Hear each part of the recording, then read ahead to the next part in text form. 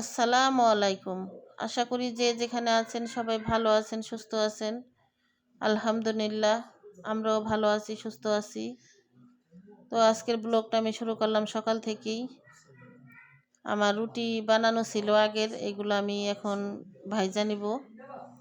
তো আজকে রান্নাঘরে আইসা দেখি, আজকে আমি ভিডিওটা শুরু করলাম রান্নাঘর থেকেই।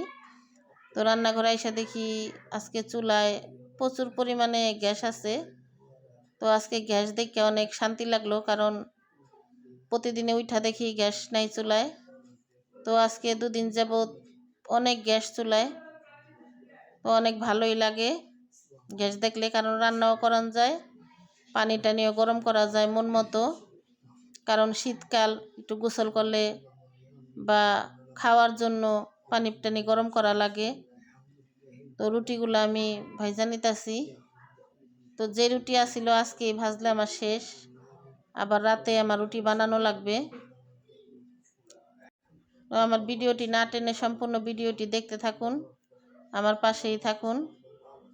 আমি রুটিগুলা ভাজি, রুটিগুলা ভাজা হলে আমরা নাস্তা করব। ও আমার তাওয়া আছে, তাওয়া অনেক ভারী, তো অনেক ওজন তাওয়া, এই কারণে আমি এটার ভিতরে ভাজি, কারণ এটা পাতলা, তাড়াতাড়ি গরম হয়ে যায়, এই কারণে এটাই দিলাম। তো নাস্তা করে আমি রুটি ভাজা হয়েছে, পরে আমি আলু সিদ্ধ বসাই দিয়েছি চুলায়। আজকে আর বেশি রান্না বান্নার আয়োজন করব না।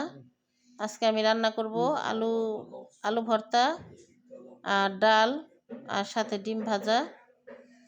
তো এখানে আমার ডালটাও প্রায় হয়ে গেছে। এখন আমি ডালটার জন্য, বাগারের জন্য আমি পেঁয়াজ রসুন এইগুলা ভাইজা নেব।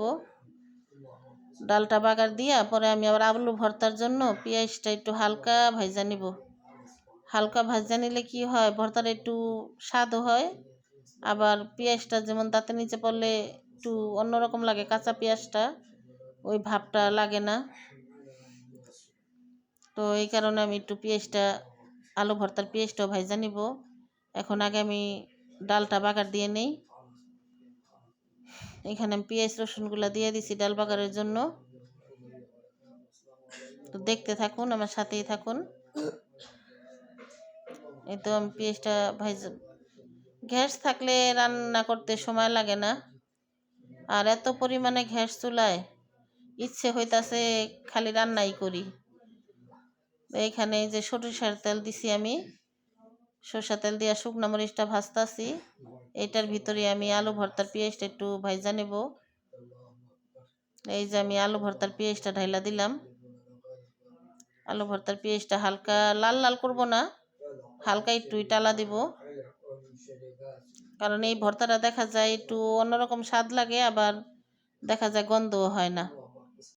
এইখানে আমার ডালটা বাগার দেওয়ার পরে আমি ডালটা আবার চুলায় বসায় দিলাম, কারণ একটা বলক আসলে, এই যে বলক আইসেও পড়ছে, বলক আসলে নামায় ফেলবো। তো ডালটা নামাই আমি আবার আলু ভর্তা বানাবো। এই তো আমার ডালটা পুরাপুরি বলক এসে পড়ছে। এখন এখানে আমি যে পেঁয়াজ মরিচ, আলুটা আমি আগেই মইতা রাখছিলাম, কারণ নতুন আলু তো ঠান্ডা হলেই শক্ত হয়ে যায়, ওইগুলার মাখানো যায় না। এই জন্য আমি আলুটা সিদ্ধর পরে আমি গরম গরম এই আলুটা মইথা রাখছি। তো এই যে এখানে আমি পেঁয়াজ মরিচ ডইলা নিতেছি, তেলও আছে পেঁয়াজের সাথে, আবার আরও তেল দিব, যতটুক পরিমাণে লাগে অতটুক পরিমাণে দিব। এইখানে আমি ধনিয়া পাতাও ব্যবহার করলাম, কারণ ধনিয়া পাতাটা দিলে একটু ঘ্রাণ হয়। এখন শীতকালে যে কোনো জিনিসে ভর্তা বাড়তিতে ধনিয়া পাতা না দিলে একটু স্বাদ হয় না, আর ধনিয়া পাতাটা দিলে দেখা যায় অনেক স্বাদ হয়, ঘ্রাণ হয়। এই কারণে আমরা সব কিছুর ভিতরে ধনিয়া পাতা ব্যবহার করি। ডিম ভাজলেও ডিমের ভিতরেও দেই। তো আপনারা কে কে এইভাবে আলু ভর্তা পছন্দ করেন কমেন্টে জানাবেন। এতে আমি আলু ভর্তাটা মাখায় নিতেছি। এখন আমার আলু ভর্তাটা বানানো শেষ। এখন আমি ছোট ছোট গুল্লি করে বাটির ভিতরে রাখবো। এই তো, এতে আমার ভর্তা বানানো শেষ। এখন এই যে ঘর দুয়ার গুছানো প্রায় শেষ। আর বাহিরে এত পরিমাণ রোদ উঠছে আজকে, অনেক রোদ বাহিরে। আমার ঘর পুরো একেবারে ফকফক করতেছে আলোতে, এত রোদ বাহিরে। এই যে ঘর দুয়ার, এই ঘর গুছানো শেষ, এখন আবার ওই ঘরও গুছানো শেষ। তো আপনাদের সাথে একটু শেয়ার করলাম। রান্না বান্না শেষে ঘর দুয়ারও গুছানো শেষ, আমার রান্নাঘরও পরিষ্কার করা শেষ। এখন আমি চুলায় যে পানি বসায় রাখছি, রান্নাঘর পরিষ্কার করে চুলায় পানি বসায় রাখছি গোসলের জন্য। এই কারণে, কারণ গোসল করবো এই কারণে পানি বসায় রাখছি। তো চুলায় যদি গ্যাস থাকে কোনো সমস্যাই হয় না, রান্না বান্নার সমস্যা হয় না, পানি গরম করার সমস্যাও হয় না। কারণ শীতকালে তো পানি গরম করাই লাগে, খাওয়ার পানি গরম করা লাগে, গোসলের পানি গরম করা লাগে। চুলায় গ্যাস না থাকলে অনেক সমস্যা হয়ে যায়। দেখেন বাহিরে রোদের আলোতে একেবারে ঘর কি সুন্দর দেখা যাইতেছে। আমার আজকের ভিডিওটা আপনাদের কাছে কেমন লাগলো কমেন্টে জানাবেন। আর এই যে এখানে দুপুরে খাবারের আয়োজন, এখানে যে খাওয়া দাওয়া করতে বসছে, কারণ আপনারা সবাই জানেন যে ওনার অপারেশন হয়েছে কিছুদিন আগে। তো উনি নিচা হইয়া ভাত খাইতে পারে না, এজন্য ওনার প্লেট উঁচা করার জন্য কিছু একটা দিতে হয় নিচে।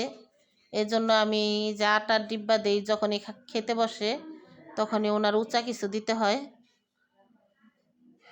উঁচা কিছু দিলে ওনার খাওয়া দাওয়া করতে সুবিধা হয়। এই তো এখন হচ্ছে মাগরিবের পর, এখানে চা খেলাম। চা খাওয়ার পরে এখন পান নিয়ে বসছি, কারণ চা আর পানের মধ্যে অনেক স্মার্ট আমি।